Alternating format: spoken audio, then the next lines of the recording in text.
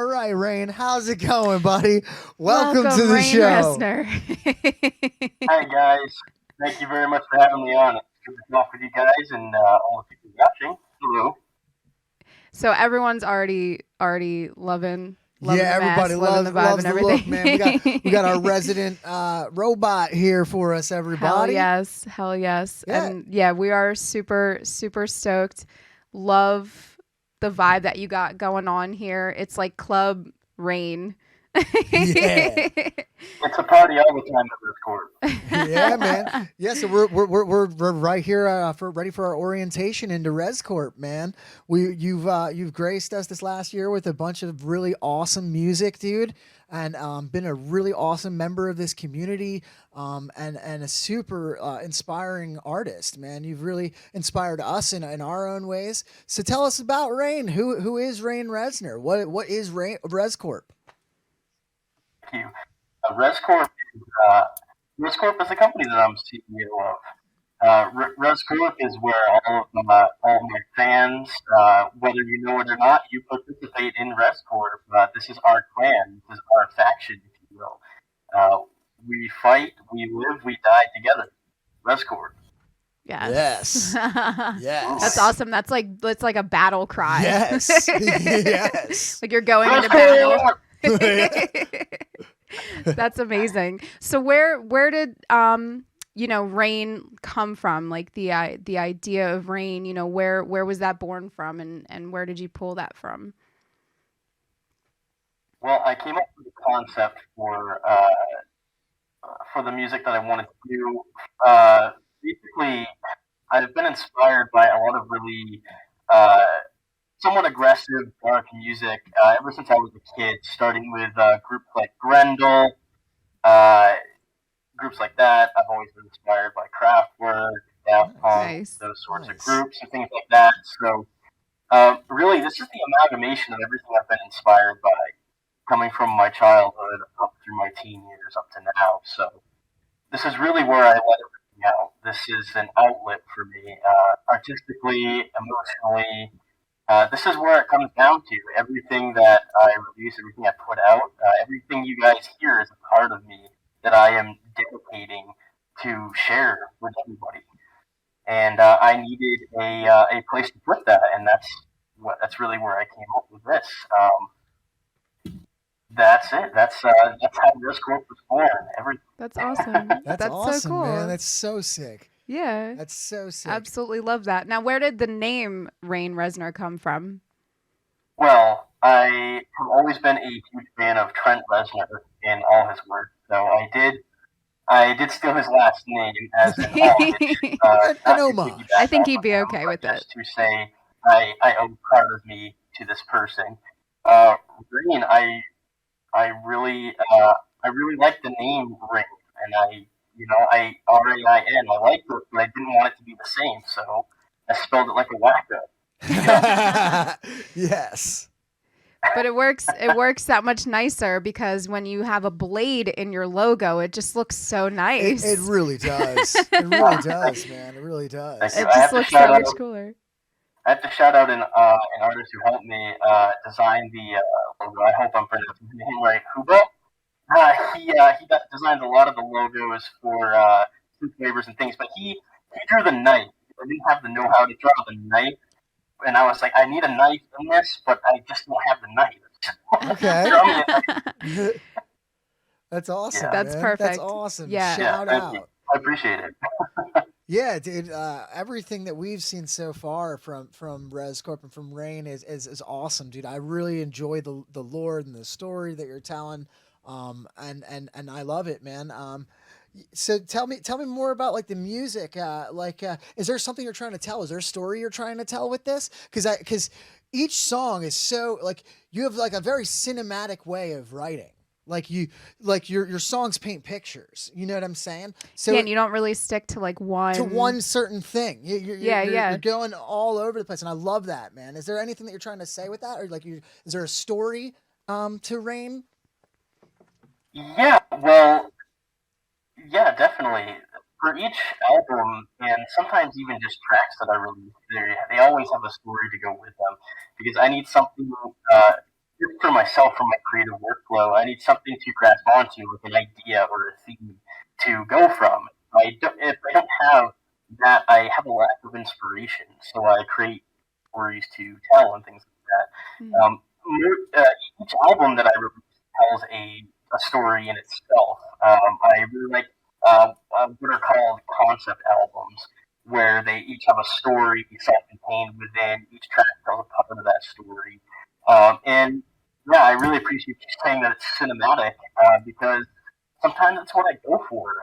Sometimes it's dance music, sometimes it's aggressive, sometimes it's chill. But when it all comes down to it, it's me trying to tell part of a story.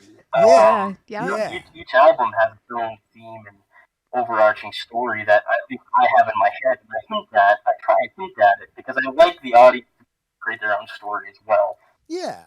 Well, I mean, it's so cool. It's so cool that you did that because that's the vibe that I got. I just was connecting with it so well. And Yeah, you feel that. Yeah, you definitely feel that. Yeah, and as a musician myself, I look for like those stories, and I was just getting that vibe, man. And I was just like, oh, this is so cool. Like I love this. It's really cool to be along with that for you. Yeah, yeah. Well, and you say like you draw from a lot of places that you're inspired from. Like, what are some of your biggest sources of inspiration? Like, what do you pull from, or what's something that you're like, oh my god, I gotta go create now? Yeah. Well, definitely anything cyberpunk I tend to latch onto, as you could probably guess. I have a few different movies, like for instance, this probably everybody says this, but Blade Runner is a huge inspiration of mine, both musically and thematically. It just has so much depth and so many themes to analyze in it that you can look at. It definitely takes me on a roller coaster of emotion each time I watch it. Hell yes. Another cyberpunk, it's not a movie, but it's a series, is Altered Carbon. Yes. Is one that I draw from. I absolutely love Altered Carbon, and it's very emotionally and musically powerful as well. So that's something that I can draw from as well. As far as like specific bands or genres, I'm pretty heavily into EBM. I've gotten into some more modern type EBM, but I'm really starting to go back in time towards the 80s and 90s, where it really came to fruition. And I really like that like aggressive type of music that really makes you want to like march or run or walk to it. You know, it just has that beat, and you're like, yeah, I can take life on. You know? Yeah. My interest, I've always been interested in electronic music, but my where that comes from is a lot of the new wave in electronic music from the 80s, as you can probably imagine. Songs like Metro by Berlin have always inspired me. They just always have just a lot of emotion packed into one like 3 to 4 minute song. It's like, how do you do that? And I've always wanted to do that. And it's always fascinated me how in electronic music you can get sounds that you can find nowhere else in nature. Exactly. Yes. 100%. Really the ultimate control over what sound you're going to make, basically. So yeah, one of my biggest inspirations, though, as far as like specific bands, is definitely Kraftwerk. I love Kraftwerk. They're like the OG. MLBL.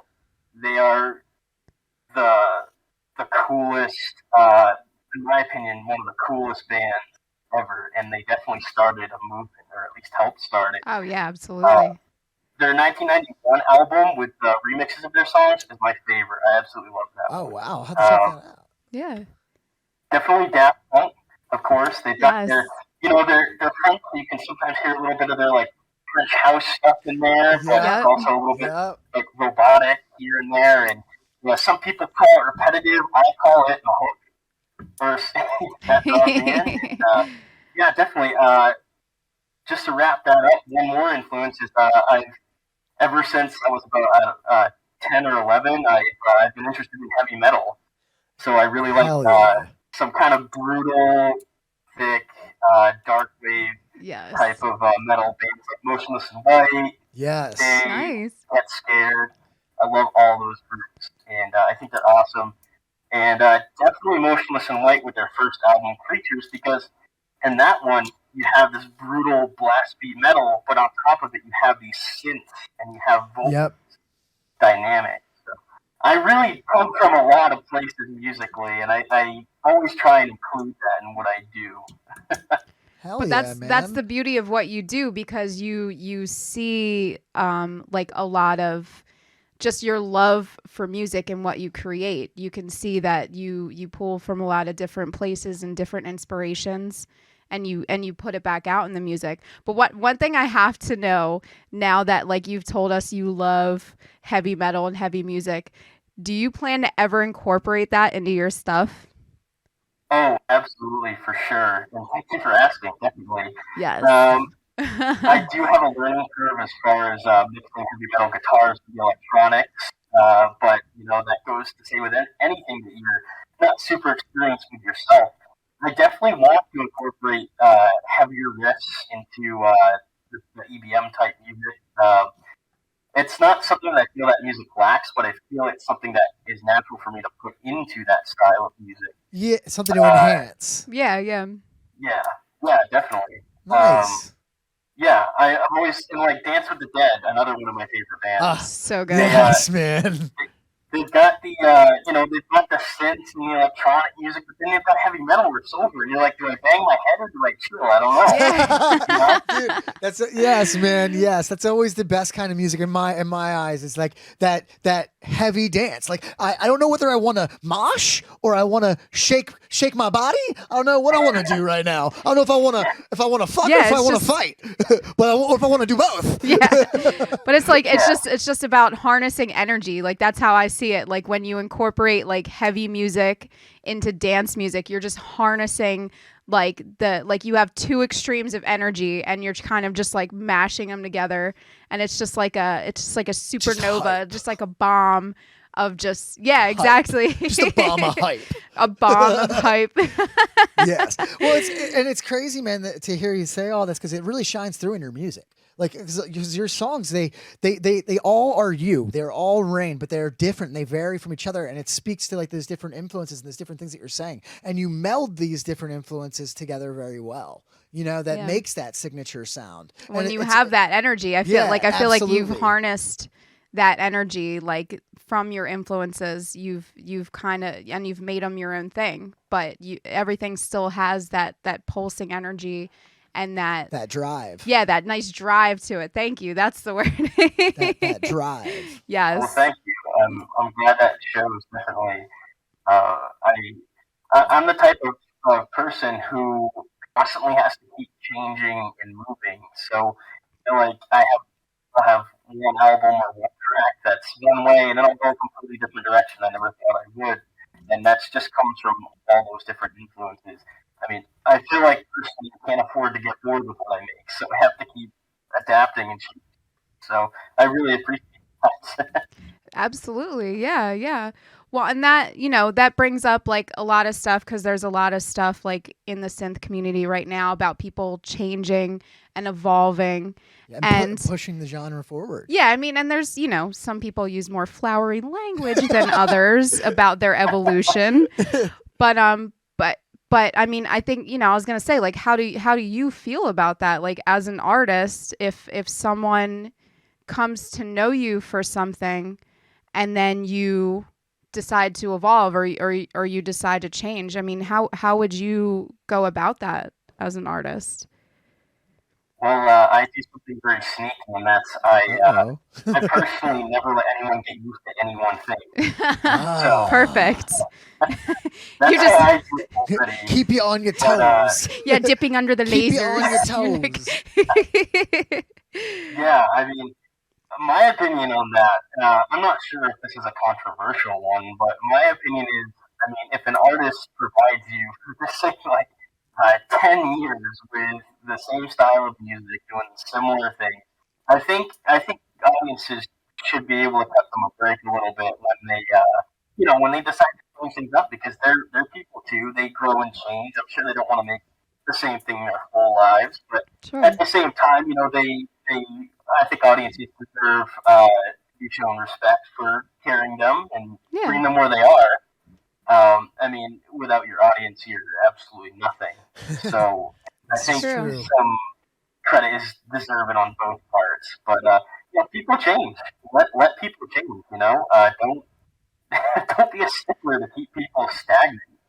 Yeah. Right, Well, right, and yeah. it's kind of crazy. I've always, at least for me, thought that the thing about electronic music is that it's freeing. That you don't have to stick to that kind of Yeah. stuff. You can be genreless. You can be whatever you wanted. You can make a heavy electro song 1 minute. You can make a dark synthwave song the next. You can make a pop jam the next. Whatever you're feeling, or you Yeah, can mash it there mash shouldn't it be all together limits. because it's like genreless, but it's crazy that people are like you get elitist in anything, man. It comes with the territory. But Yeah. I think that's the one like coolest thing that has drawn me towards this type of music is that it doesn't matter, man. And I feel like this is people pushing the envelope with music in general. We're pushing the envelope. We're doing something different. It's not the same three chords anymore. It's not just the band playing together anymore. Like you said before, you can make any sound at your fingertips. You know what I'm saying? Yeah. And like, yo, if it makes you move, let's do it. Let's just throw it together. Like That I should be think the that's only so rule. cool. I think that's like the most punk rock thing ever, man. Yep. Like that punk rock lost because punk rock is even very formulaic now. You know what I mean? Instead of being like, balls to the wall, do whatever you want, screw Make the man, noise however no you rules. can. Yeah, just make the music, and that's what like we're like creating again here with this kind of stuff. Yeah. Well, that's why it's exciting when like we come across artists like you that just constantly keep us guessing because Yes. not even just because like we know because we make music as well, but when you find somebody that just shows how much they just appreciate sound and appreciate music, and when you don't know what to expect from somebody, it's always exciting to hear something new. It never, because yeah, like you can hear something, but it's like, oh yeah, this is a Rayne Reznor track. Like you can tell by the production value and the mixing and and all of that and the arrangement, but it's just always exciting, when a new track comes out. It's like, ooh, what's this going to be, and Right. that's Yeah. I mean, firstly, I appreciate that. You guys are very kind. But I mean, people change. Like my self expression today is going to be different probably from my self expression 10 years from now, or maybe even a week or a month, or maybe only 1 year. So the way you express yourself is probably going to change along with that. So yeah, I say let it be. I mean, if I release a track and you don't like it, I mean, it, I don't want to say don't listen to it, but I want to say that's a part of me. So I mean, Yeah. you can choose not to like that, and I mean that's fine. But that's how people grow and change, you know. yeah, Absolutely. absolutely. Runer music in the chat says burn them. Burn If they're not them. along for the ride, burn them. Burn them. Send Burn them them all. to the Yeah. rancor. So Yeah. So what's what do you got for the future? We're talking about all this evolution yes. and all this this future of music. What do you have planned for the future of Rayne? What do we have to look forward to? A lot of random stuff I haven't planned, but specifically, I have an album that I'm working on right now, and I don't want to give too much detail because I do want it to be a little bit of a surprise. But Oh. stepping back and going to my early influences in the darker genres of electronic music, and I am. It's going to be more electro industrial. It's going to Okay. be more. It's going to be more kind of like dark electro and EDM mixed together. I want to say. Definitely going to be some industrial in there though. It's probably going to have a lot more vocals, a lot more harsh vocals, Nice. because again, that's just the way that I feel to express myself currently is to let it all out vocally, which is something that I haven't really done in the past. You know, I've only done some tracks here and there with Samtar. If you've heard "The War Within," Mhm. anybody who's listening, it's probably going to be in that vein, down that alley. Nice. Okay. All right. That's Haha. very cool. Got a little Yeah. treat for you guys there. I know, that's awesome. But yeah, we don't want you to give away all your secrets. Oh, of course not. Because we Go know for with that Rayne, it likes to be a mystery. Yeah. Oh, that's so cool. That's really cool that, you like it seems like you're constantly thinking about like the next thing, like what you're going to do next. And I mean, how is that? Cause I know you don't just make music as Rayne Reznor. I mean, this is your solo act, but you also create music in a trio, Valkyrie 64. So how is that like juggling the two, you know, artistic entities and both of those styles that you're working with? Yeah, it's honestly a pleasure because it's nice to be able to have two places to express different thoughts and different themes. With Valkyrie 64, we have a lot of dream pop and indie rock influence mixed in with the synthwave, and I definitely appreciate that, and I enjoy writing those types of songs and yeah, doing some different kinds of production rather than maybe what I'm working on for myself. Mm. John and Adam in Valkyrie 64, they're great to work with, and they bring a lot to the table. It's it's very nice to be able to work with people who have other ideas and think of things that maybe I would never have thought of and take music in a different direction.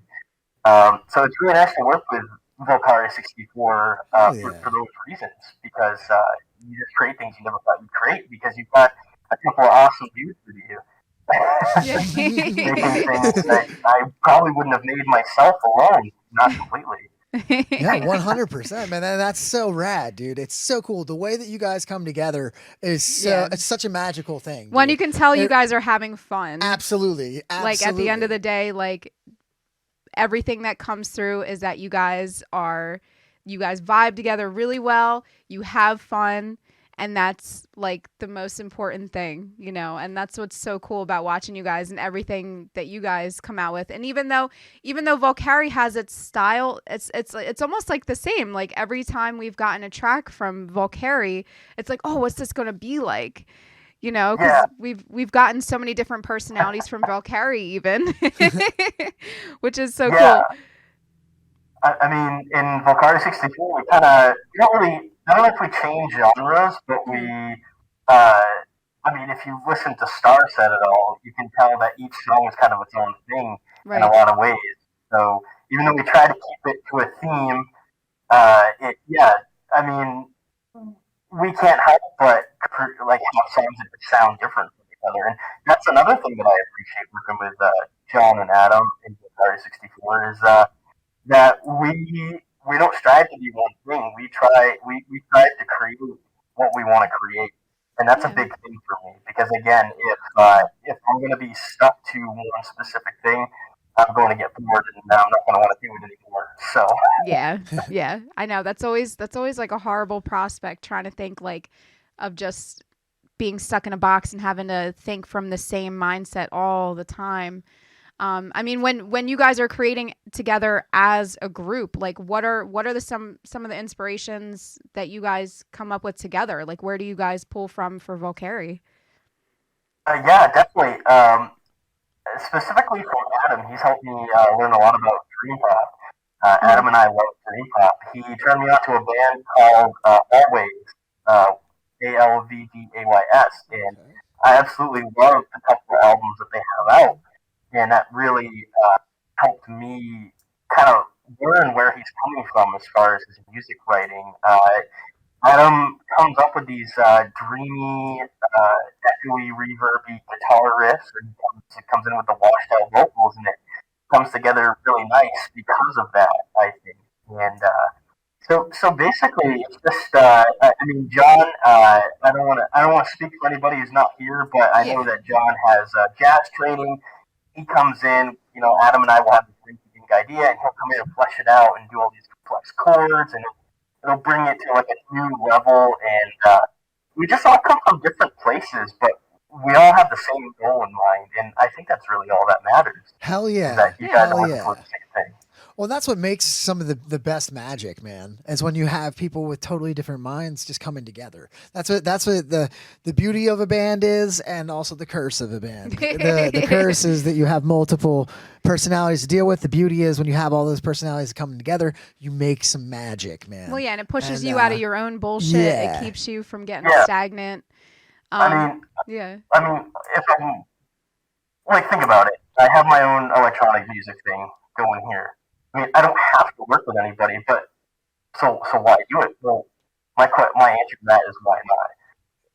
Hell yeah. I work with John and Adam because we create different things together, and it's a collaboration. It's not just my ideas, me just working on myself. It's me learning to work with other people. It's learning to flesh out other people's ideas, or open up myself to other people to show them maybe something they didn't know. All that kind of stuff. So it's really worth doing. So I mean, yeah, it's been a great experience, and just like the short, I think, year and a half we've been together and releasing things. So yeah. Oh, nice. Hell awesome. yeah, man. Now, when you work on something as Valkyrie, like, is there stuff that you take back to Rayne? When say you work on a Valkyrie album, you get it done, and then you're back to working on your solo stuff. Do you find that certain things rub off, and you're carrying things from that into your solo project? Oh, absolutely. I mean, John specifically, if you don't know, he sings for us, he plays bass, and he does a lot of the keys, is what we all do. But he has taught me he's taught me a lot about chords and harmony and things that I had never even thought of. Like he taught me. I knew what voice leading was at the time, but I hadn't really utilized it to its full potential. And he showed me how you can really use it to demonstrate display the full power of harmony, like that. So That's definitely, awesome. and I also take things from Adam.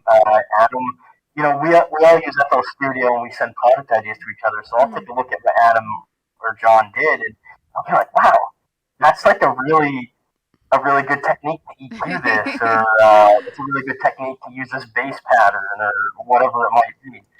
Definitely. If you recall, there's a specific song on The Black Apple, which is my most recent album that's released, called At Night. And that song specifically, I drew a lot of inspiration from the way John writes music, and I tried to write it very percussively, with a lot of complex chords and harmony and things like that. So definitely, every day, every time I work with Adam and John, Valkyrie 64, I'm drawing influence and I'm bringing that into my own world. And I think I could speak for them and say that they're also doing the same. That's awesome, man. That's awesome. That's the best thing awesome. about collaboration. Yeah, like the end product is a beautiful thing, but the process, and the way you learn from each other. Yeah, and the little things that rub off, and the things that you discover together. It's awesome. It truly is. It's definitely helped us in our music for sure. Yeah, dude. Yeah. 100%. Connecting with people musically, emotionally, and intelligently. It really is. Yeah. And it's just a matter of getting a common goal. That's my opinion. Dude, it's a beautiful way to put it, man. That's a beautiful way to put it, because at the end of the day, that's all that matters, and that's all that should matter. I mean, I've been in so many bands where the personalities take over, and you forget that that's what we're here for. We're all here for the common goal, man. We're all here to vibe out together, and that's beautiful, man. It's awesome. Yeah. Super well, because everyone has their vision. And, it's like even when we're working together, sometimes if one of us has an idea and the other person gets in on it, it's like, oh, that's not quite what I would have gone for. But you have to let go of that. And you kind of have to like drop the ego and just see what happens. And that's one thing that I've learned just, making music with him. And I can't, and this is just one person. So with two other people or even more, I can only imagine, how much you just have to let go, and you just have to just trust the process and just see what happens. And it always turns out for the best. I mean, when you just drop that bullshit and then you're like, you get to the end product and you're like, wait a minute, I was just being an ass. It helps you to be a better musician in the end. You start to learn that the song, no one's bigger than the song. Right. You know what I mean? Right. Exactly. 100%. And Valkyrie 64, I'm very proud to say that there's pretty much no ego.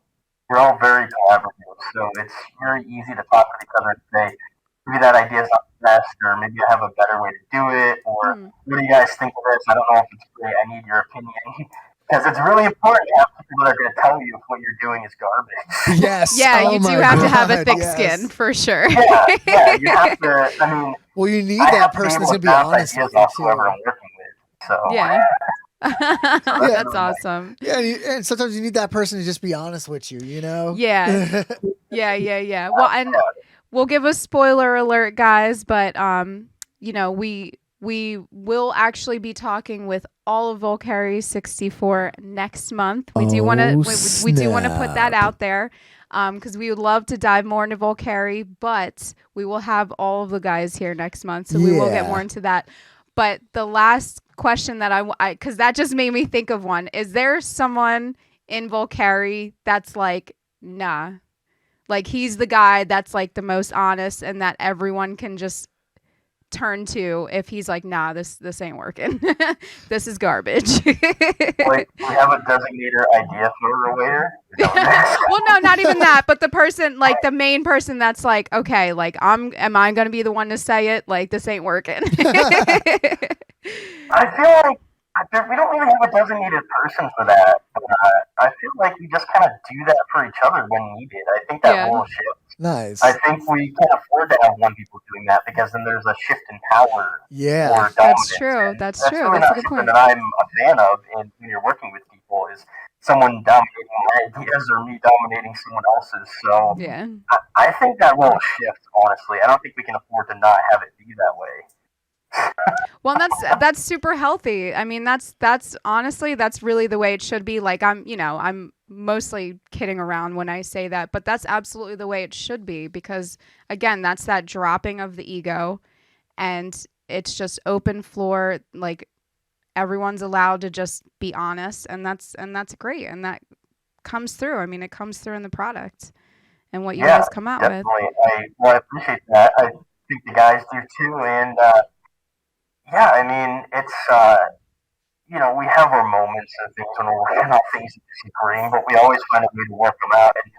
And from my point of view, I'm always appreciative of any guidance or if someone's saying, nah, we can't do that, it's not working, I don't like it, or whatever it might be. And it's for a reason, and it's never bad. It's never, I feel like no one's ever really conceded in that sense. Yeah. It's always a teaching or a learning moment. You know what I mean? Exactly. As long as you approach everything that way, you can always take something from it. It's never a slight. It's never anything bad. You're just like, oh, okay. Oh, I didn't see it that way. You know what I'm saying? Yeah. That's what keeps it. That's what keeps you growing and evolving. Absolutely. Yeah, I mean, if you listen to Volcari 64's crack tape drive, I kind of feel like that's how we feel when we work together. It's very chill. We're pretty chill with each other, relaxed, and we never take anything too seriously. So. Well, that's awesome. Yeah. And it's funny. A few people in the chat are throwing out the LaCroix for the boys. I don't have one right now. Oh, no. Well, do robots drink LaCroix? Yeah. Have you seen my Instagram? Touche. I would have gotten some, but it is actually snowing pretty bad up here in Maine. Oh man, is it? Not terribly, but the roads are slick, so I ain't going nowhere. No. I'd like to live 100, bro. Oh my gosh. You gotta hunker down, man. I know. Jeez, we haven't gotten like any snow here in Jersey, and I'm like, for the first time in my life, I'm like actually envious of people who are getting snow, and I hate snow. I am not at all. But I'm like actually envious for once. Don't be. I'd like to be able to drive down the road not having to worry if my tires aren't gripping the street. So. Yeah, well, yeah, that's true. Yeah, I mean, right now I've got it. I mean, it's getting a little darker here, but I've got I've got the curtains up. I call this my apocalypse atmosphere, where it's like my bunker. Yeah. I love it. I know. Oh, you should just went with that. Like, yeah, I'm just coming from my underground bunker. I love it. Well, no, it's I so cool. Everywhere I am. Hell yeah, kind of man. my thing at Discord. I love it. Absolutely. Now, we see your setup there that you have there behind you. Now, what all do you have back there? Like what equipment and synths do you have back there? I wish I could pick up the camera and show you, but I can't at the moment. But that synthesizer that you're seeing is John's synth actually, and he let me borrow it. It's a I don't remember the model, but it is a Technics keyboard, and it's one of those old ones from the 80s that you couldn't save sounds on or anything, so it's all like it's all just saved, and when it's saved when you turn it on, and then when you shut it off, it's gone. Oh no. Oh, damn. No. It has a All lot of right.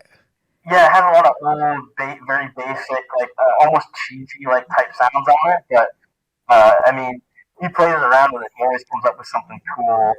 Like recently, we've been playing with it. It's get this weird brass sound, and you mix it with the high quality brass sound in the DAW. So Oh, that's cool. I also use a Korg Minilog XD Nice. that I Hell love yeah. to bits that I don't have near me at the moment. I move stuff around here so much I can't afford to keep anything in one place. But my Korg Minilog XD is my baby. I named it Charlotte.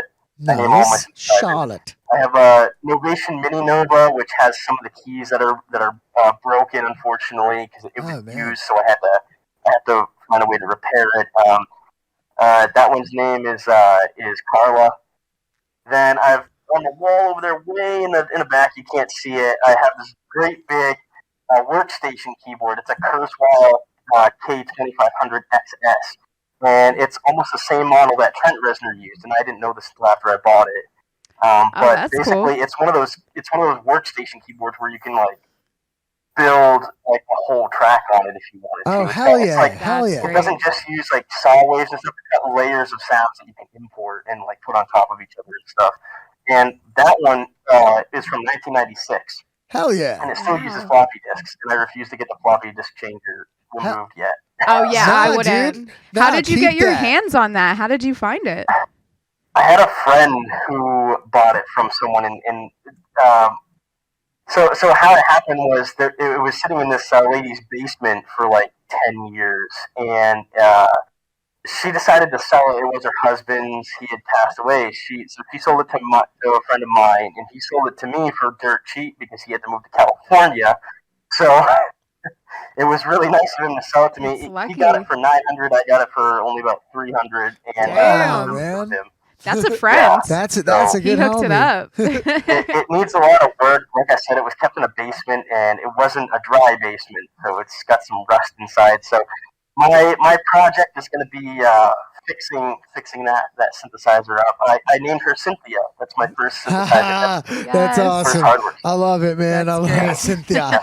Yeah, that's awesome, man. That's a fun project, and it's so perfect for Rayne Reznor to be working Yes. on. Yeah. It's very perfect for you to be working on, and I'm excited to see what you do with it, man. Yeah. Yeah, I hope to incorporate it in some any of these in some of my tracks. I haven't really yet, but I have to get some more recording equipment because unfortunately I've had some equipment die on me when I was going to Oh, use it. no. So you know how that is. Yeah, man. Equipment fails are never fun, man. No, especially not when it's like your audio interface. Oh, dude, no. That's when that's when everything no. crashes. What are you gonna do? Oh, but Yeah, I right. know. So for now, I'm just stuck in the DAW, but Okay. we'll get there one day. Hell yeah. Now, do you have experience like working on synths, like, or do you have someone that's going to be helping you out with that rebuild and everything, or are you going to learn as you go? I don't have any formal training or anything. I'm just going to be doing it myself. I have to do a lot of research, and there's going to be some soldering that I've not really had to do. So I'm going to have to learn how to solder little by little and get everything to work properly. But it's mostly the issues that I have with these synths are pretty simple, as in I know what's going on with them. So it's not going to take too much more know-how than I already have. But I don't have any formal training with them. It's just it's just basic electronic knowledge that I need mostly. And a lot like with Cynthia, a lot of it is like the framework, like the frame that holds the floppy disk drive in is rusted, and those sorts of things. It's not always the electronics, but the thing is that synthesizer is so old, it's actually difficult to find certain. Oh, So man, that's yeah. true. Yeah. Order some. Okay. Yeah. Okay. So Or you could just go that's like, basically that's my car in my garage that Yeah. I'm Yeah. gonna work on for like 20 years. That's the old classic. but That's when the it's old done, classic. it's going to be so satisfying, and it's like you're just going to be so proud. Yeah, It's going to feel definitely. so good. Yeah, definitely. It's the curve's wild. The Cynthia's pitch goes off all the time, and it's because of the pitch wheel. It's something. It's where it's not communicating right, or it's sending signals when it shouldn't. So I got to get a new pitch wheel, and those are hard to come by. I looked them up online, and I haven't looked recently, but last time I looked, the parts are just sold out, or they don't make them anymore, or whatever it might Ah, be. jeez. It is what it is, though. It's worth having a vintage synth. Lord Bruticus in the chat says Cynthia needs some work, but she's beautiful on the inside. It definitely is. I love it. Lord I love it. Bruticus.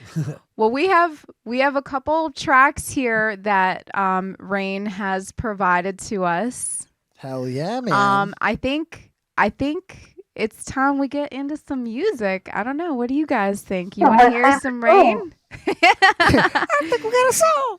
We even have some exclusives. Yeah, man, we got some exclusive stuff here, man. Unreleased tracks.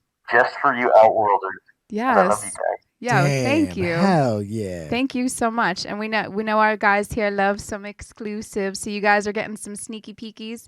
So so this first track that we are going to be playing here, this first track, Treason. Now what we'll do is we'll play the track, and then we'll come back and give you a minute to kind of just talk about it. Whatever you want to talk about, making it, what your inspiration was, or just whatever you like about it. So that's what we're going to do, you guys. So this first track that we have is Treason. Yes, everyone's excited. Like, yes. Ooh. Yes, get those emotes up. We have that awesome emote wall now. Ooh.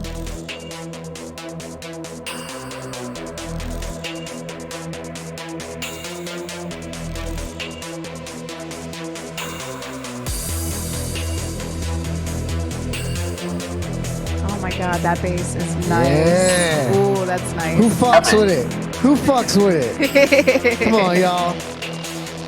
I go a little nuts with the bass on it. Oh man, yeah, that's. I fucks with it. Ooh. Oh, we got it. There we go. We got Club Rayne and Club Outworld. Hell yes. Yes, now is the time to crank your shit up. Yeah, drop them emotes, y'all. You need a good subwoofer. Oh man. Oh man, I really love this vibe, dude.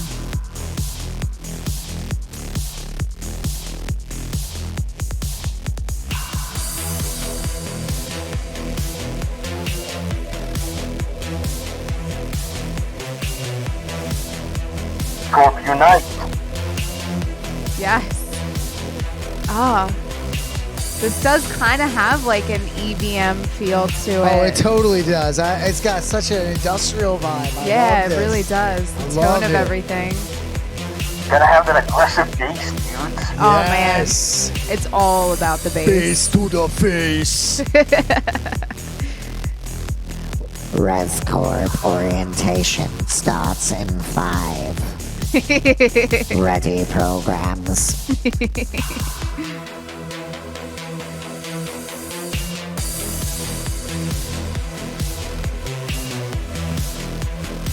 Yeah. Yeah, get it. That snare, man. Oh, that is it. Oh, that snap.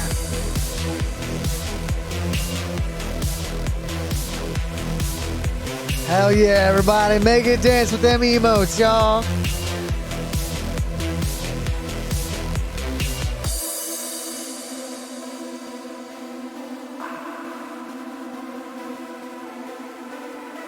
Oh, this is nice. This is a nice transition.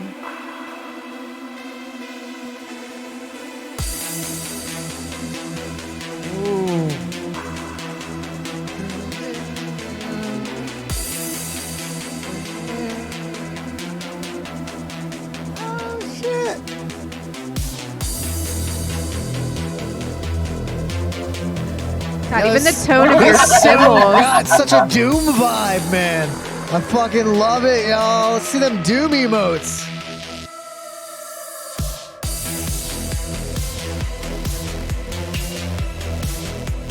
Basic. Where is my mecha anime battle? video.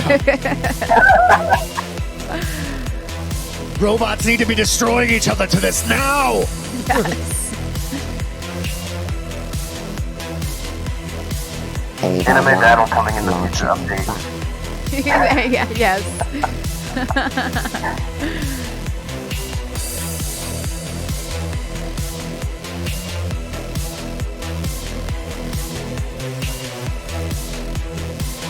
Well, and that pad in the background.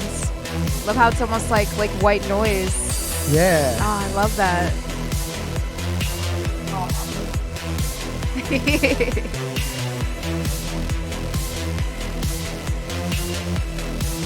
Banger.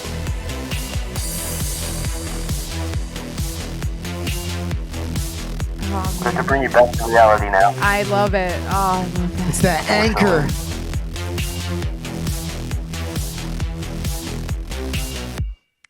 Damn, Wow. son. Treason. Treason. Tell us about Treason. Are you committing treason? that was That was awesome, man. Awesome. That was so sick. all of the tones, even just your drum tone, even the cymbals sounded great. The snare Yes. was nice. Yes, all that of your snare tones hit were just just so right. well thought out and just hit every frequency just so nicely. It was yeah, tell us about it. Tell us about Treason. Yeah, that one. I had done my interview in October with Dan from Richardson, Mhm. and I had announced to everybody that I'm going to be doing an album that I called a Vampire Party, where it's all like house music based around horror, but it's kind of like bass house. But and then I made that like a couple days later, and I'm like, okay, I guess it's the direction I'm going in. And it included me noodling around on my keyboard, just going like trying to figure something aggressive out. So I'm just like, and I was like, I don't know, I guess this is too industrial to be on this. So I guess it really comes down to me noodling around to find something I like first, and then go from there.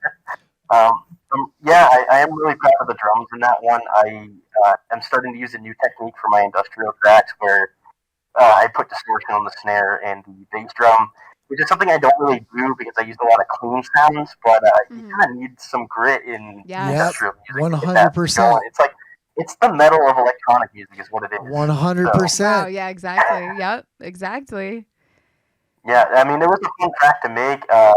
It helped me get some like pent up frustration out. Hell And, yeah. I have yeah. I have some vocals I'm thinking about adding to it at some point, but I'm really not sure. For now, Awesome. that's the final track. Well, it's Hey, it would be sick, man. It'd be dope to Cool. hear just even a remix version of it or something. yeah, but some Yeah, vocals maybe on that. that. Oh man, that would be Yeah, really, well, really, really cool. Thank you guys for your kind words and everything. And everyone in the chat loved it. Yeah, we loved dude. it. Everybody loved it, man. That Capricious is upset that he didn't have a drive to work this morning because he's like, damn, that would have been perfect for it. And talk about keeping everybody on their toes, man. I love that new sound. I That love that direction. That was that, awesome. that darkness. That's exactly what we were talking about before, and it's shining through that. I've definitely felt those metal influences, and definitely the dark industrial influence. Loved it, man. That was really awesome. Yeah, and thank you for giving that little taste. Thank you. Yeah, Thank man. you. Yeah, of course. That's what I'm very excited for. But just for you Outworlders for now. Oh snap! Well, I think we got a couple more here We too. we do. So what's this next one? This one is The War Within. All right, let's get You're my emo screen. Oh snap! it. Oh, okay.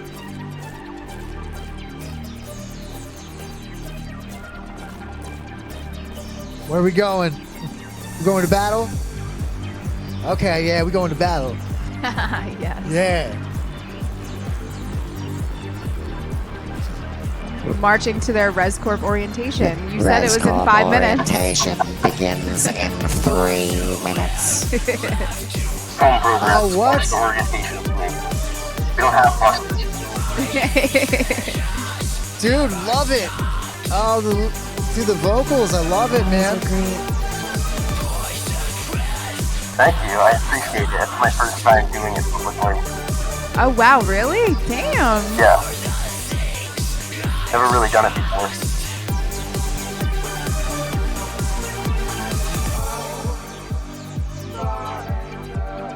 I want to shout out Sam for these clean vocals.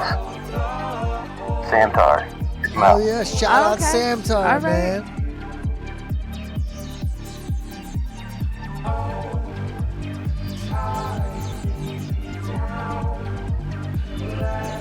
Well, yeah, they had a really nice, like, ethereal element. Everything that guy sings is amazing. I don't get it. Oh, man. The atmosphere in this is so awesome, dude. Ooh, you gotta get those lights back on, yo.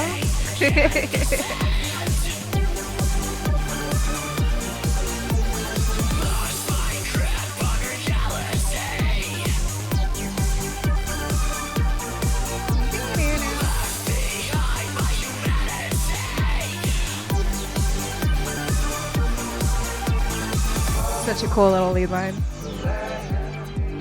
Thank you. It was really fun to make. Yeah, this sounds like you guys were having fun making this. Oh yeah, definitely. It's fun to just let it all out. And I love how as the tracks progress, your smoke machine Progressed. builds up. It's perfect. Yes.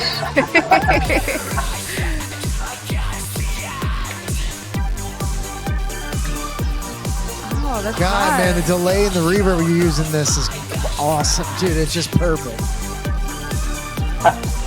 I know. No, I'm kidding. I know. Thank you. That's so rude.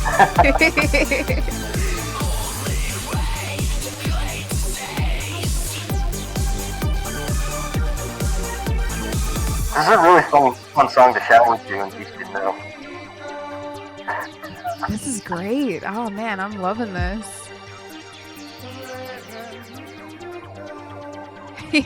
Bass Ape says it's a good thing that your smoke detector is off. I have my ways.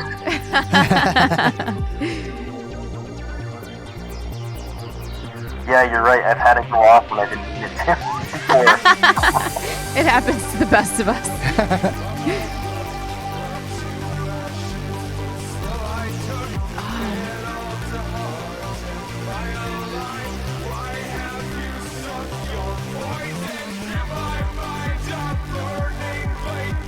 Sam did an excellent job building up here. This is probably, I think, it would be for me a difficult place to write vocals for, but he did it, man.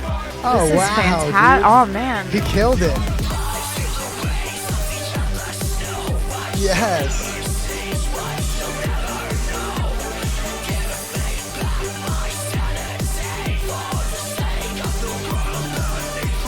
Yeah, it gives Dude, his the voice gives such a screams are perfect great. balance to yours. I'm so impressed. I can't believe this is your first time attempting this. Thank you. I was a little surprised myself.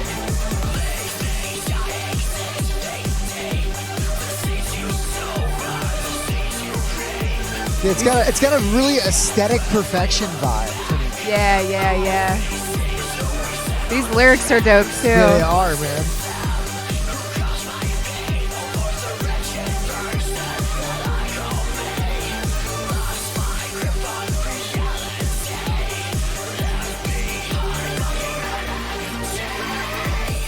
Yes, dude. Damn. Oh, that was really fun, and I'm really thankful that Sam helped me Dude. on that. So big shout out to him, Fucking hell. because I cannot yes. do the clean vocals for crap.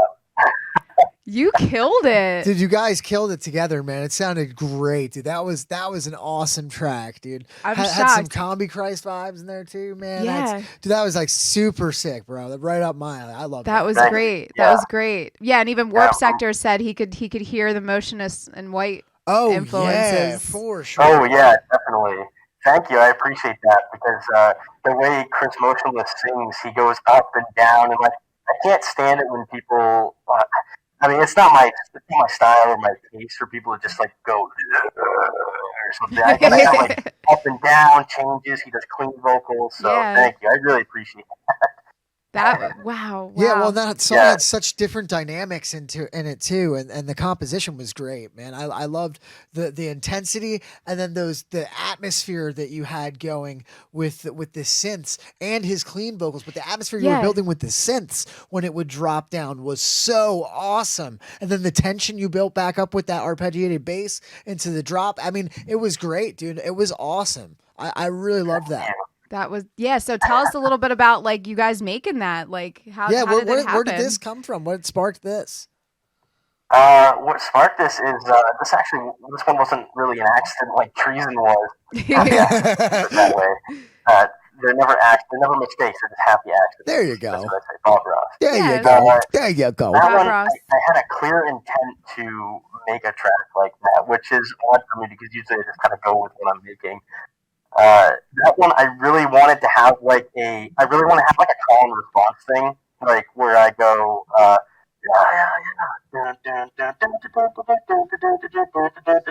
really wanted to have to go back and forth, and I was able to do it, which was really nice. In these types of tracks, it all really starts with the bass for me. I have to have like a really good like synth bass tone.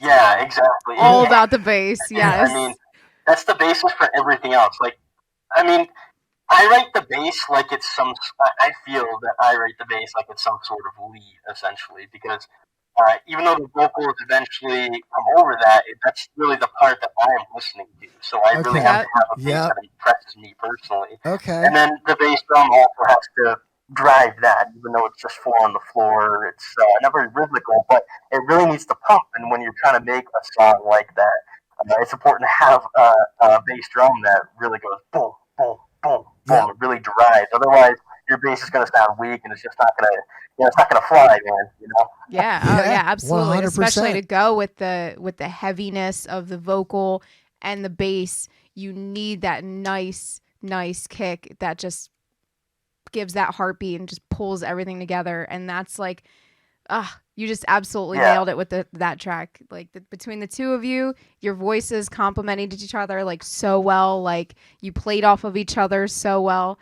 And like it almost could have sounded like it could have been one vocalist doing a clean vocal and a scream. Like it just worked so good. You guys played off of each other perfectly. Yeah, thank you. He was definitely the yin to my yang, which was really nice. And me having never really done vocals before, it was nice to have him. I have him to lean on to tell me, does this sound right? Does this sound okay? What if I put this effect on it? Is that okay?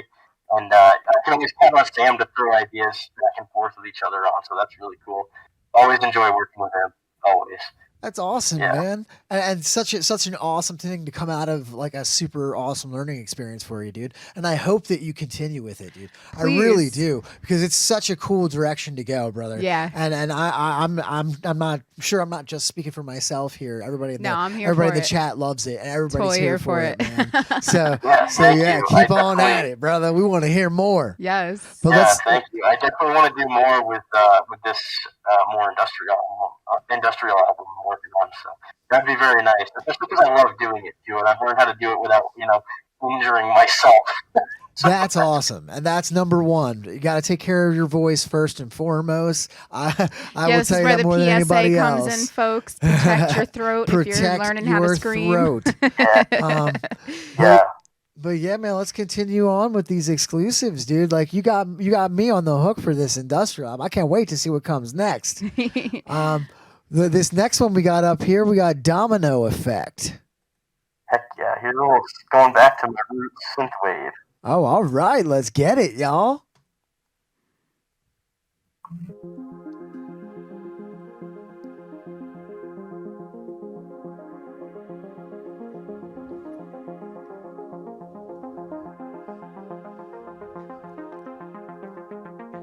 Already got that warm, nostalgic vibe I going, know, man. it's a really nice that art. cinematic feel to me already, dude. Always love it. Oh, hydrate time. I gotta take the dog out. It's definitely fun to go back to something you're very familiar with. I think that's what this is. Yeah.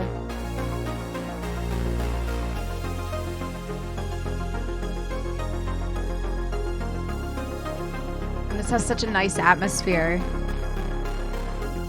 I couldn't catch that, sorry. I was saying this has a beautiful atmosphere. Thank you. Yeah, this one's a little bit more lighthearted than a lot of my other things, I think, so it's nice to do something different. But I love that. When you can explore two different sides of your personality, it's awesome. I got a lot going on in this noggin. We could tell. That's good. That's a great thing. Yeah, that's solid. Ooh. He's got the ooh. Council of Rains. Ooh, there's that bass. Oh. Haha, I got you. Ooh. Ooh.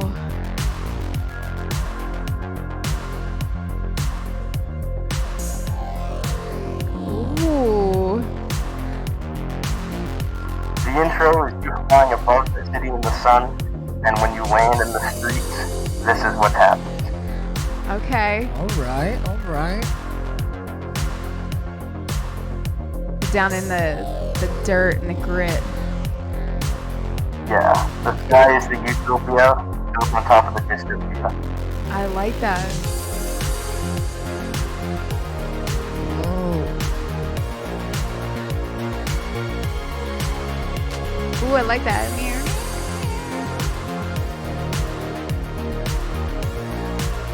It's a good clap too. Thanks. This one really required me to layer some.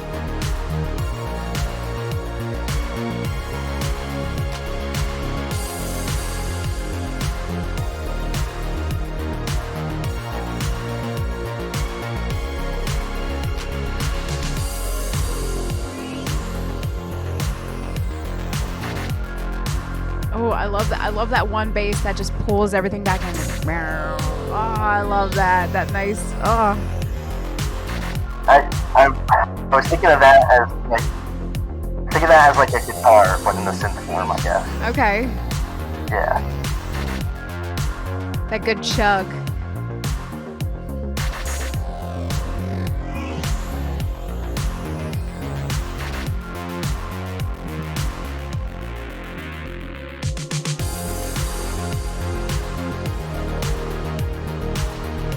I love bringing you up and then bringing you back down again.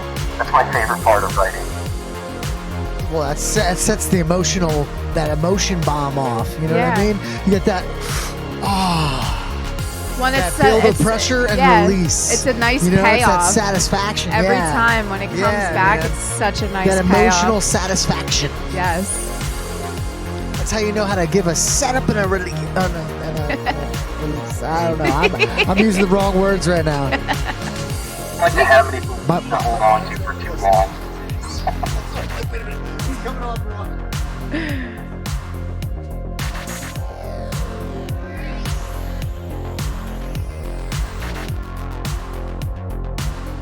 There you go. Set up and payoff. Thank you, Lord Bruticus.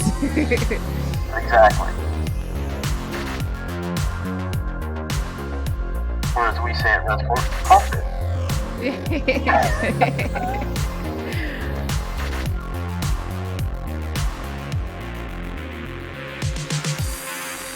I love all your little ear candy elements. Thank you. Like It's you're- something I work hard on, adding flavor.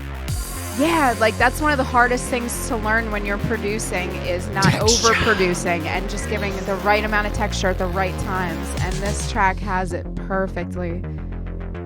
Thank you, I appreciate that.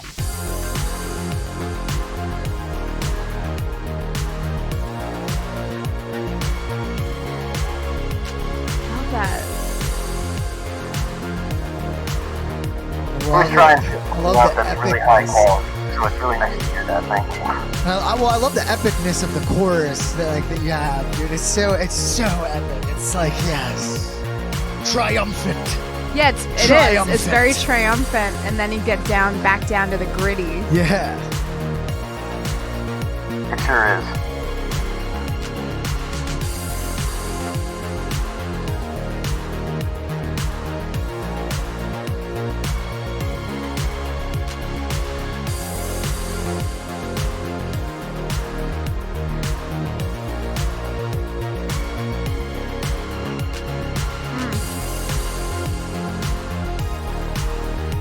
There we go. Sith Rayne is back.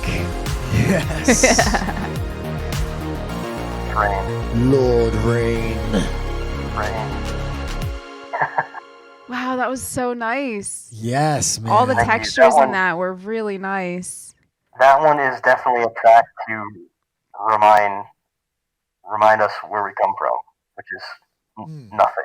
Everything we have in life we build from absolutely nothing when it comes down to it. So I hope that inspires someone to not give up on their music or their art or whatever they like to do, because you're building your own journey.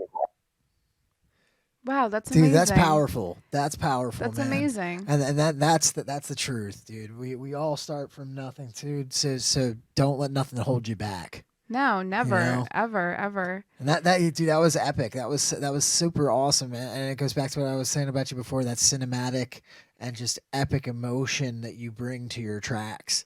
You know what I mean? It was like we've been talking about, those setups and payoffs. You know, that And there that was a story. emotional payoff. There was a like story it was, to it. Yeah, dude. It was just so well done, man. So well done. Yeah, that was a beautiful, beautiful track. That was really, really nice. And was that a Korg bass? Were you using your Korg in that one? That was not. No, actually, the bass in that is a synth in FL Studio that I love called Treason. Oh, okay. And Oh, it's a nice. cute little synth, but it's really fat in every gang sound it makes. So That was a nice bass. Oh, your basses are so good. thank you. I appreciate that. I worked very hard on that. It's You the gotta have the heart. bass, yo. Oh my Gotta God, have the it's bass. everything. It's absolutely everything. And like anytime like we're working on a track, like we'll come, but the bass is always the hardest part, not because it's like difficult, but because it's so important for a track, and you have to make sure it's perfect. You just have to make sure it just ties everything together and pulls everything together. And the way you layered multiple basses that kind of like drove the song, and that nice sweeping bass was just give it like that Thank nice you. Yeah. grit. Yeah.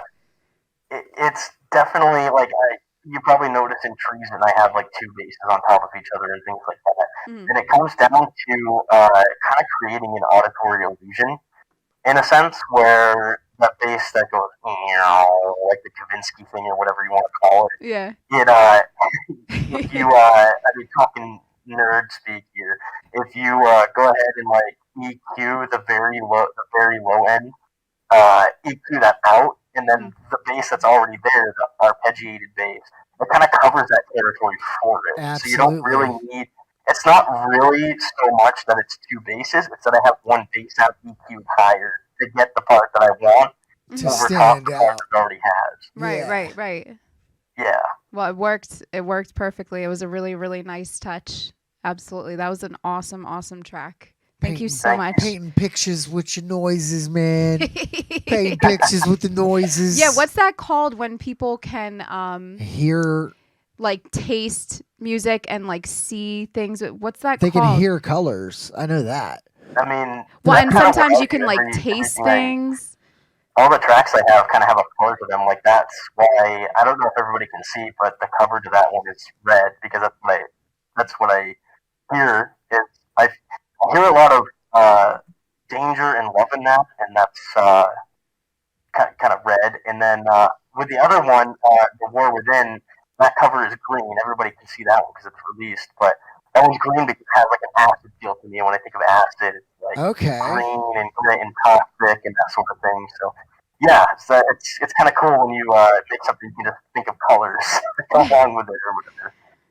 Synesthesia. That's what it is. Okay. Synesthesia. That's the actual term for it. Okay. Oh, is that what it's called? Yeah, apparently. But yeah, I think that's fascinating. I think it's really cool that you're literally painting a picture in your mind when you're writing these tracks, and like you see it in that spectrum. I think that's really, really cool, and it just lends to it telling the story. Yeah, it shows the world that you're building. Yeah. You know what I mean? You're a storyteller. You're an audible storyteller, I guess. You know what I mean? Because Yeah, you're that telling works. stories with sound, and it's fun to hear the process and find out that it has a world, it has a life, it has a color, it has a form in your mind. It has an identity. Yes, Yeah, definitely. it lives. And I also want I want it to be vague enough where people can make their own stories. So I try not to tell too much about what it means and that sort of thing. It's up to Yeah. you guys, Yeah. Like, what does it mean Creative. to you? Right. Yeah. What do you Right. hear? Yeah. Nice. That's awesome. Well, we've got one more track here, you guys. Yeah. Now, this one is Comeback. The comeback. And this one is already released.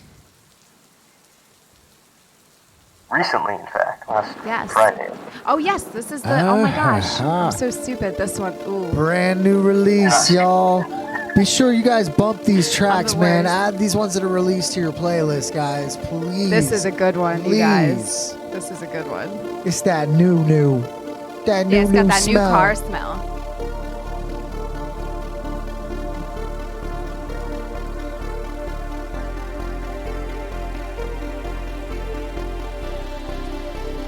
And this is that vampire party I was recording. This was the first track that was supposed to be on that album, but it's a single for now. Because I went to the industrial stuff, so.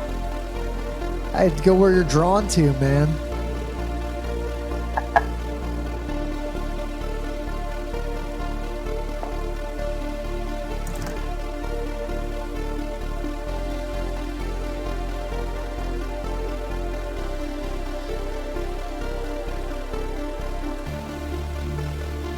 This build here.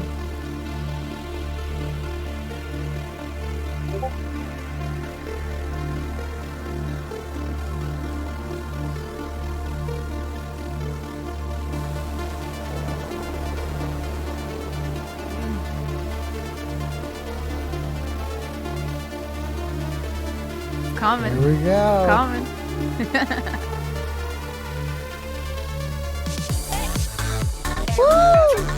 Ah, this shit's so hot. Again, Yo!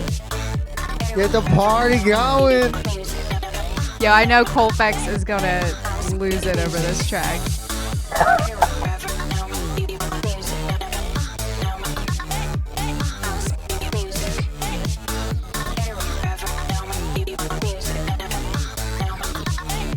Oh yeah, we need those lights. here you go. Ah.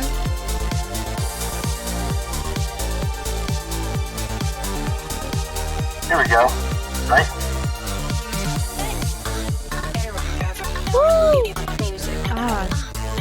I love how this also has like an electro feel to it. I have such a soft spot for electro, and this totally. Oh shit! Yeah! Oh shit! Yes, get it. There we go.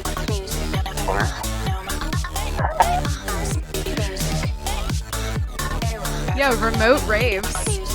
We need to make it a thing.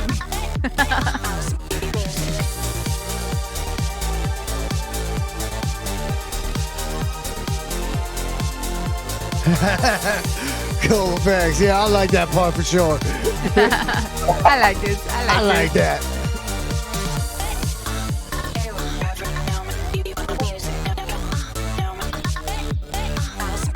Anytime I hear tracks like this, I'm like, damn, need to learn how to chop up some vocals. That's how I was, and this is the culmination of me trying to learn. So. Oh, no way. What? Hell yeah, dude.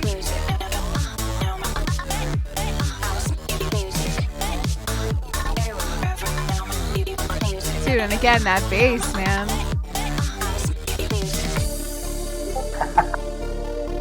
You gotta have it. You gotta have a decent bass, you know? So you can't dance if it don't got it, man. Can't live without it.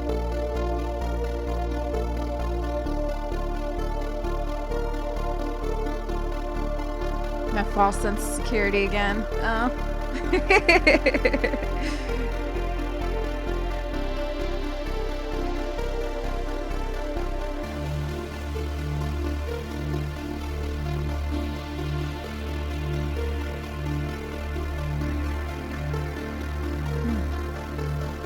God, this is inspiring as shit. Yeah, man, I think we're definitely gonna have to jam after we get off the call with you tonight. Do what you need to do, guys. We gonna So be in much here good writing. stuff. You get, So much you getting good the stuff. fire lit.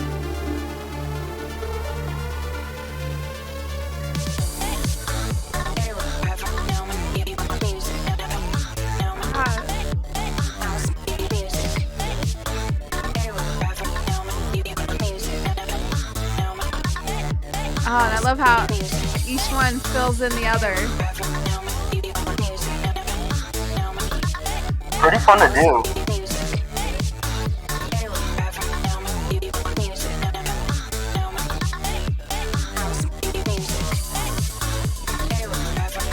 I fucks with this hard, yo. J-Dub, welcome to the chat, son. Oh, we're getting Benny Benassi vibes. Oh, Benny I can kind of Benassi. see that with the bass a little bit. But this is darker than that.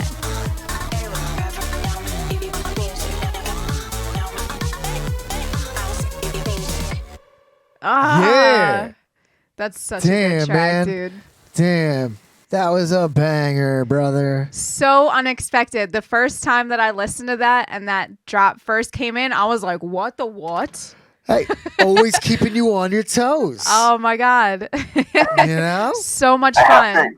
have to psych people out. I have to psych myself out. Yeah, I'm like thinking you're building into this like really cool, like dark synth thing. And then that hit, I was like, oh, this motherfucker. Yeah, this mo. This motherfucker. Yo, so tell us about that track. Yeah, I mean, that one's, I think, a little bit more dancey than some of my recent tracks.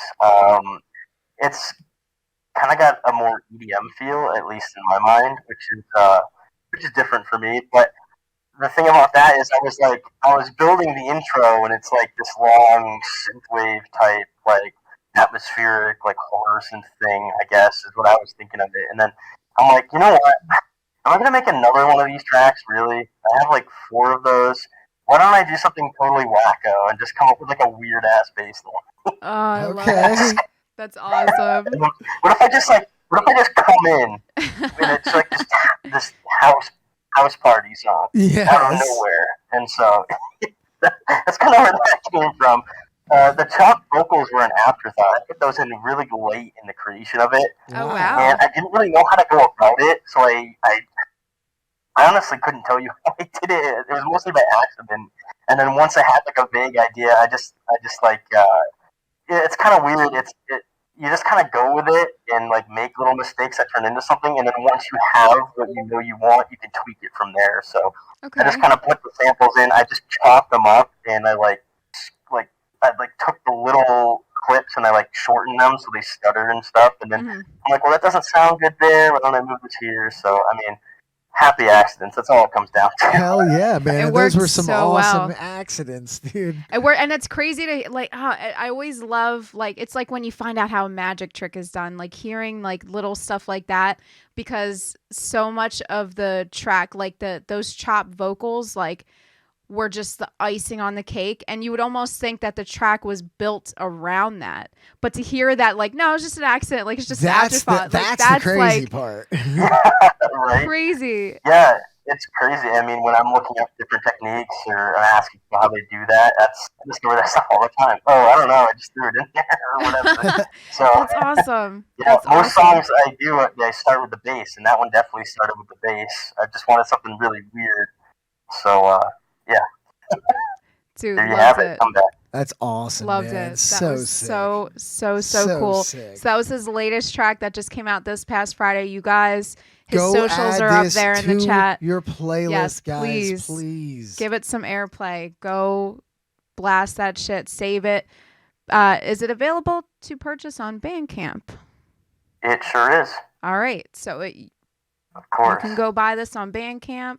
That directly helps the artist, but streams and plays help as well. So please, please help our friend Rayne out by giving him some airplay for that awesome track. That was so much fun. So thank you so much. And thank you for sharing some new music with us as dude, well. thank you so much, bro. I am so excited to see where this goes, man. So cool. I love every second of it, dude. So Thank you now for having me on and taking a look at it and listening, and everybody in the audience. Thank you for showing up and giving me a listen and letting me yap your ear off. yeah, you guys, if you're not already following Rayne, I really, really, really hope that this inspired you to go and just check out his entire catalog, because as you hear here, this man does not stick to any one thing. Doesn't He's fit in no constantly box. changing, and it's really, really, really cool. So please, please, please go check out his whole catalog.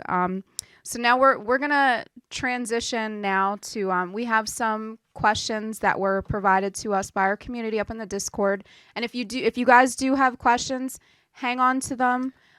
We will open up the floor for live chat questions as soon as we're wrapped up with these Discord questions. So we will take a couple live chat questions. So 100%. I know you guys probably have some stuff you want to ask our cyborg friend here. So go ahead. What is the first question we have, and who's it from? All right. So our first question comes from our buddy Warp Sector Music here. His question is, how do you go about sound design, and what are your must-haves? Oh, that's a good one. Tabs in terms of software. I mean, Or maybe in sound, maybe in just like what you design, like when you're going about sound design, like what are your musts in your song? bass. You have to have bass. I'm a huge bass head, and if I don't feel that rumble at least a little bit, I'm just like, nah. That ain't working. Yeah. You're your own no man. You're like, no. That is the must. Yeah, exactly. It is a must. Bass. I also like to have, in case you didn't notice, some screechy high synths, which I get a little carried away with from time to time. As far as sound design, I try and keep things pretty raw, as in I try not to have to overproduce the synths that I use with effects. I try and keep it in the actual synthesizer itself. I use Massive mainly for sound design, and I use yes, I'm still on Massive. I get that all the time. No, I don't use Silent. Not yet, or anything else. So, yeah, I mean, I try and keep the sounds as simple as I can when creating them. I try and get as close to the sound that I'm thinking in my head as I possibly can, and I try and get there without having to use too many effects on it. Because if there's one thing that I've learned in like learning audio production on my own and from friends and colleagues and things, it's crap in, crap out. So if you don't start with a good sound, you're probably not going to end up with a good sound. True. So you That's gotta very true. kind of get as close as you can in the sound design process before you go to the effects chain. That's my opinion. 100%. That is a really, really, really good tip, and it's so true. And sometimes you learn the hard way. Yeah, I mean, you can't it's polish really a hard turd. to add bass to a bass sound that has no bass. Right, So, right. Exactly. yeah. What else we got? Think of sound design as like chipping away at a block of granite. Okay. So it's like that, like carve it down as you need to. You refine it, make it, add the details when you're actually, I guess, carving the stone. And then when you take a picture of it, you can edit it how you need to for the lighting and all that. Wow. Oh, wow, I don't know. Wow, That's that's actually really a really good way analogy. to put it, man. That was great. Yeah. That was great. That puts it perfectly. All right, so our next question comes from our buddy Timmy. Timmy. Bass Ape Records. Timmy! So, have you done any live shows? And if no, would you like to do them and would you tour? I have not done any live shows, unfortunately, yet. I would like to in the future, but just as I was getting this up and off the ground, COVID hit, and there's not a lot of places to play around here in Maine that like electronic music. Oh, It's wow. very country and pop up here Okay. in a lot of places. But I would definitely tour. I would love to put together a live set and eventually play out, when venues start opening. Maybe travel around New England a little bit, maybe a couple states down. I wouldn't be opposed to it. I would definitely love to do that. Hell But yeah. not yet, no.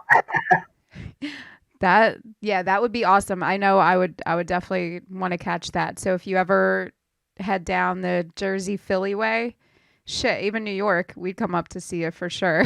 I appreciate that, and maybe it should happen someday. I'm willing to make it work. Awesome. Hopefully people stop getting sick. Yeah, that would be nice. Yes. But you have the ultimate protection, so Yes. It's called my house. yeah, exactly.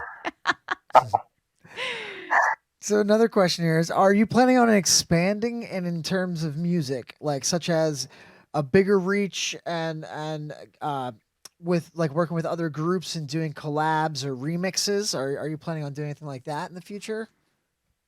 I'm not really a fan of remixes myself, Okay. so I'm not really into remixing, at least not at the moment. I'm definitely I've collabed with a few different artists on a few different things. Some of them not released yet.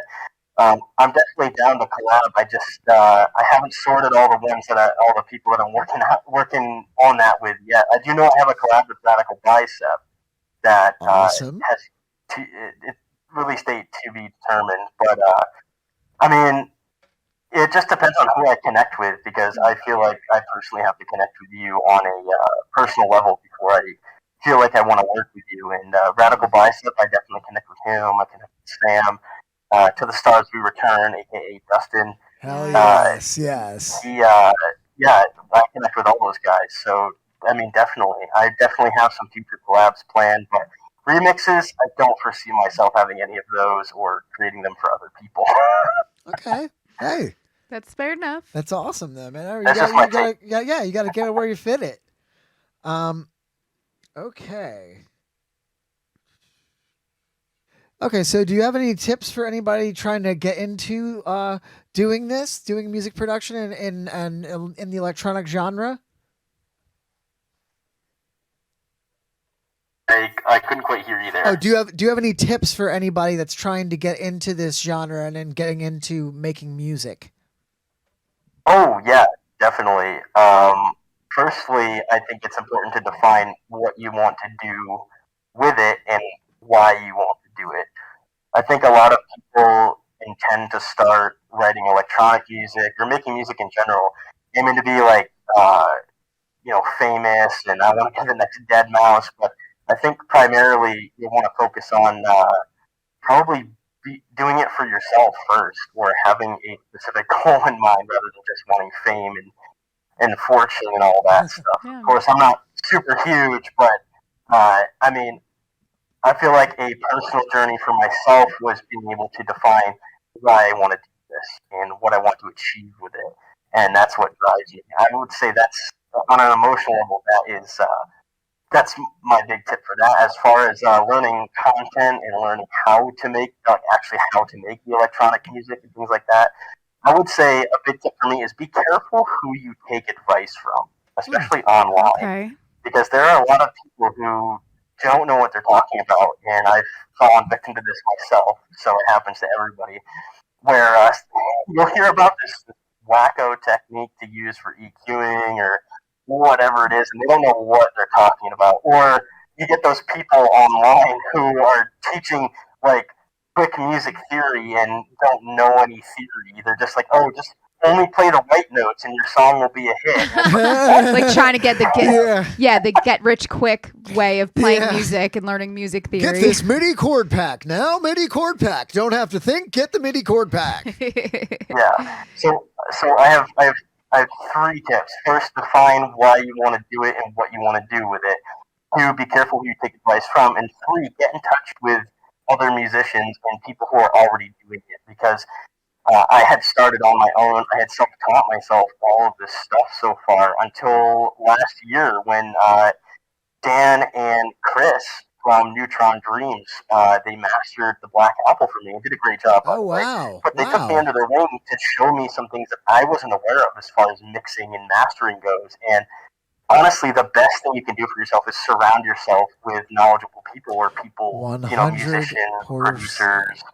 I mean, if you hear someone's song and you like it online, ask them about it maybe. Get in touch with people, network. The synthwave Facebook group is always open if you're into that. And hey, I liked your song. What's that about? How did you do that? You mind if I ask you some questions? Get in touch with people. That's my last tip. Dude, fantastic. Yeah, man. that's some great That's stuff. some awesome advice right there. I'm even sitting here like, yep. Like Yep. this is stuff like that anyone can take, no matter what point in your journey you are, even if you're just starting out or you're currently in the middle of creating. Like that type of information, like what you just said, is invaluable forever at any point in your music journey. And that's why it's so important. That was some really, really good, really, really well thought out stuff. So thank you so much. That was awesome. Yeah. Hell yeah. I hope that Perfect. helps someone, no matter if you haven't even made anything or if you're still working to create your own little journey of your own. So yeah, I hope that helps. Definitely, it's definitely something that you have to decide. What do you want to do with it? What do you want to do with it? Who should you talk to? Yep. You got to find that stuff out for yourself sometimes. Absolutely. And finding a 100%. tribe too, where you can bounce things off of each other, you can support each other, and you can have a support network. It's important to not be a lonely island when you're a creative. It's really important to have a community and to have a tribe, for sure. Yeah, definitely. It's definitely nice to have. Not only is it just nice to have other musicians to talk to and bounce ideas off and that sort of thing, it's also something that's sometimes necessary because, I found myself early.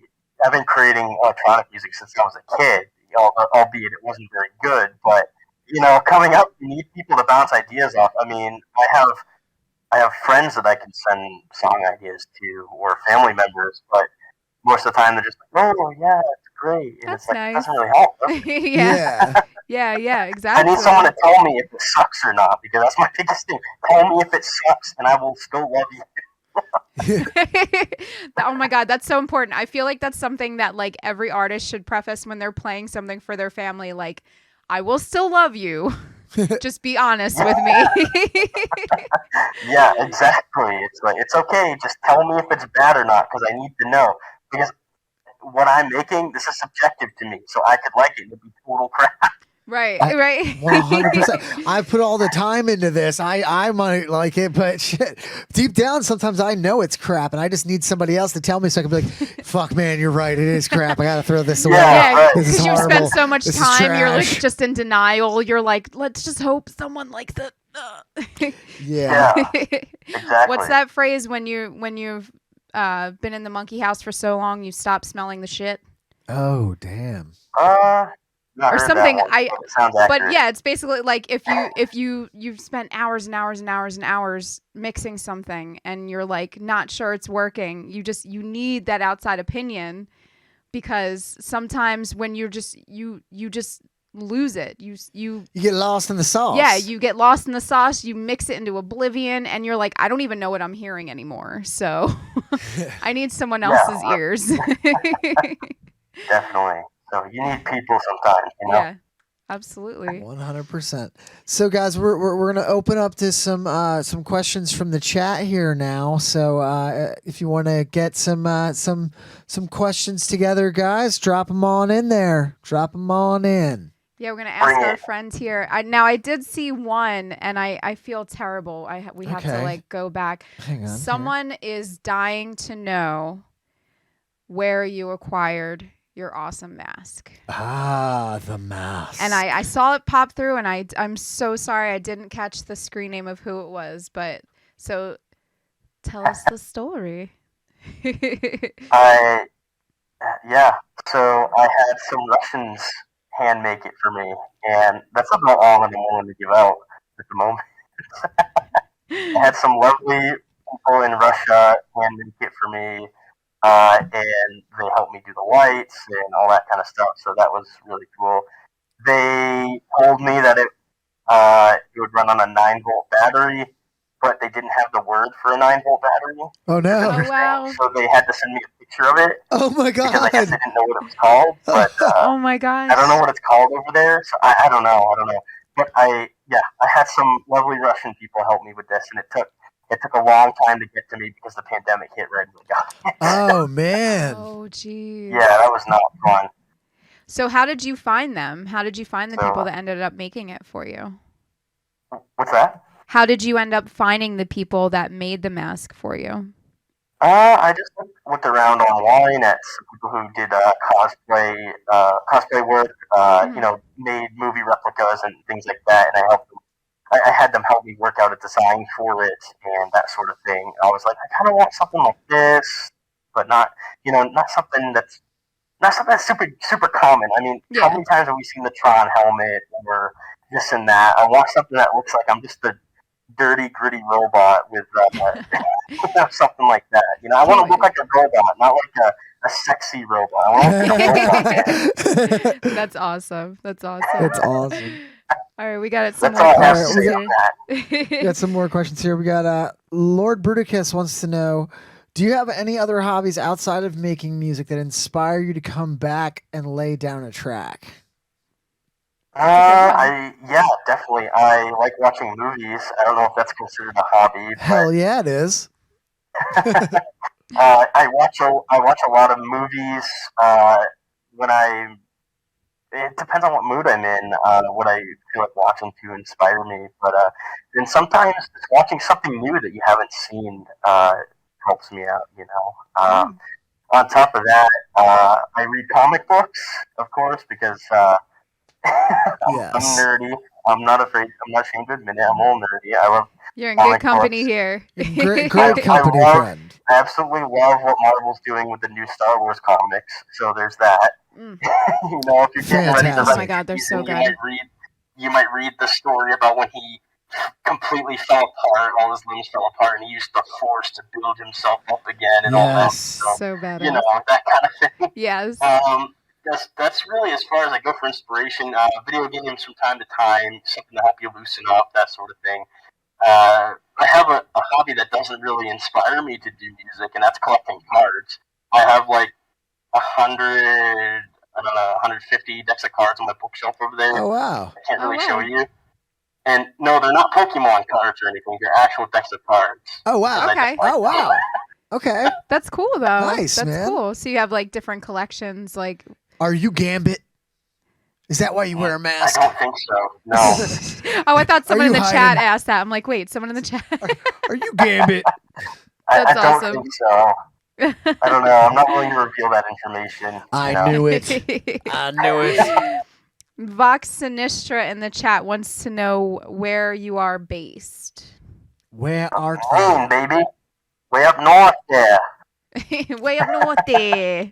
Yeah, I'm in mid-coast Maine. It's I was just talking about to Max and Kate about this before the stream, but it's really nice, but it's really boring here. There's not a whole lot to do.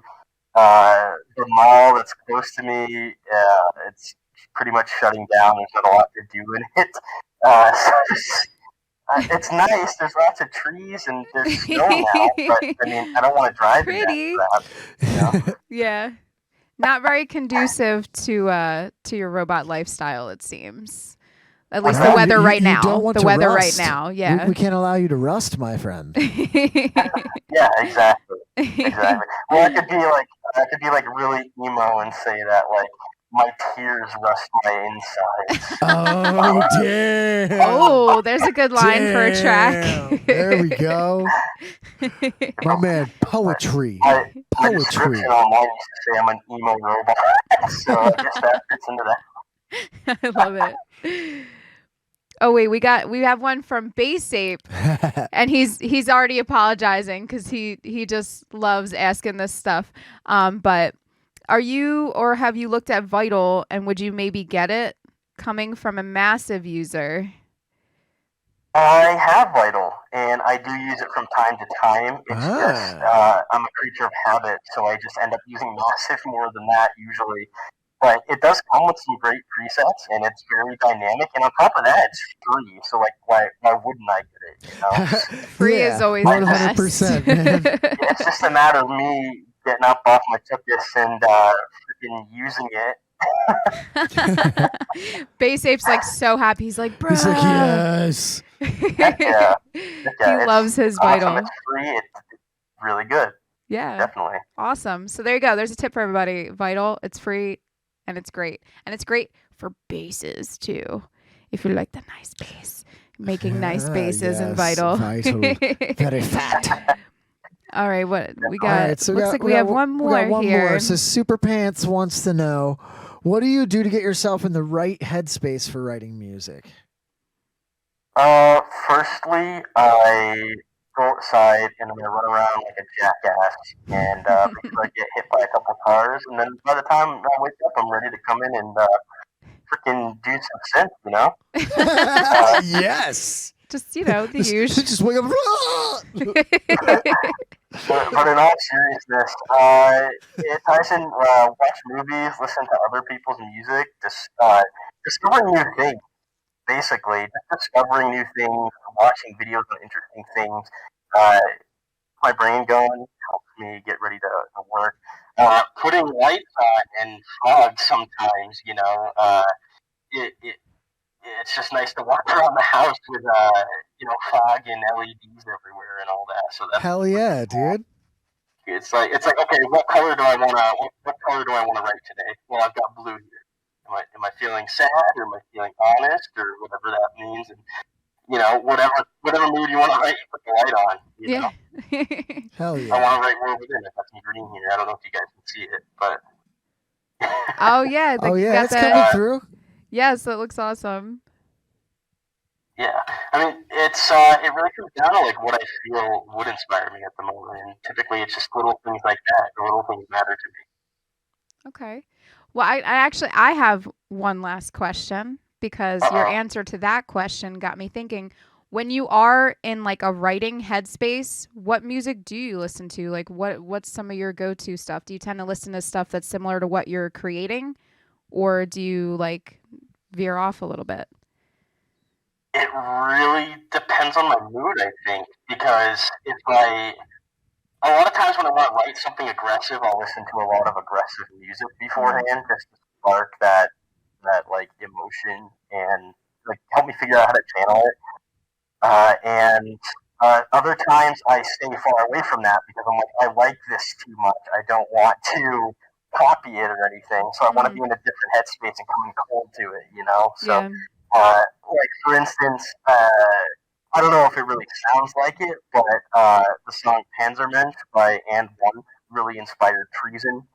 So I did listen to that a lot before making it, but I really tried while I decided I wanted to write something like that, listen to something different. So I'm not copying that, you know, because sometimes you sit down and you're in your jaw and you're like, okay, I'm going to write this thing, and you're like, wait, I'm just rewriting that. I don't want to do that. I want to write my own thing. But like, I really like this riff, or I really like the synth, but you don't want to copy it. So right. It really depends on what you want to do, what you need at the time, what does the doctor prescribe? You know what I mean? Okay. Yeah. Well, yeah, it's like almost like sometimes when like you just kind of need like a template almost, is like probably like I don't know the best way like that I see it. Like it's like I don't need to know exactly what to do, but let me see what someone else did and how I can translate that or make it my own. It's it's like it can help give you a nice jumping off point. somewhere to go.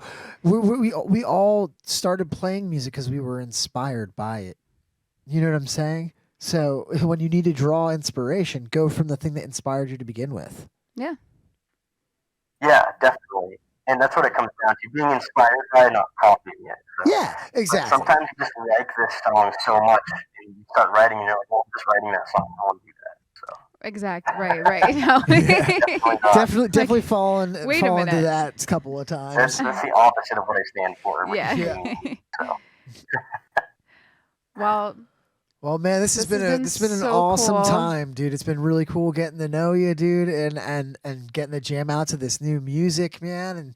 And I'm excited to see what you got going in the future, dude. This is really awesome, man. Thank you so much for spending the time with us. Yeah, thank you so much. Is there any last thing that you want to say to the Outworld community? Any last words or, thoughts that Any you last have? words? Well, whoa. not like that. God dang. Yes, like what do you want your final meal to be? Parting words.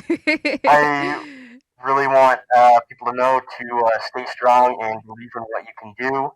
And I really want to shout out my good friend Christopher Payne, who mastered the Black Apple, and he really helped me become even more of an artist rather than just a musician. And I think yeah. this recognition. Go out and check his group that he has with Dan, Neutron Dreams. They're on Retrosynth Records, and Yes. they're Super amazing sick. and true artists. So go ahead and check them out.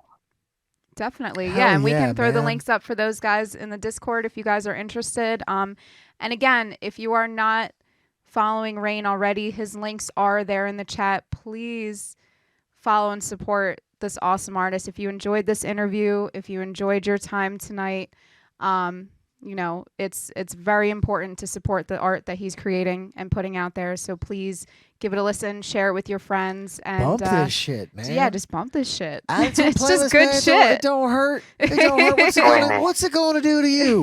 What's it going to do to you besides make you dance? Come on, man. Who don't like to dance?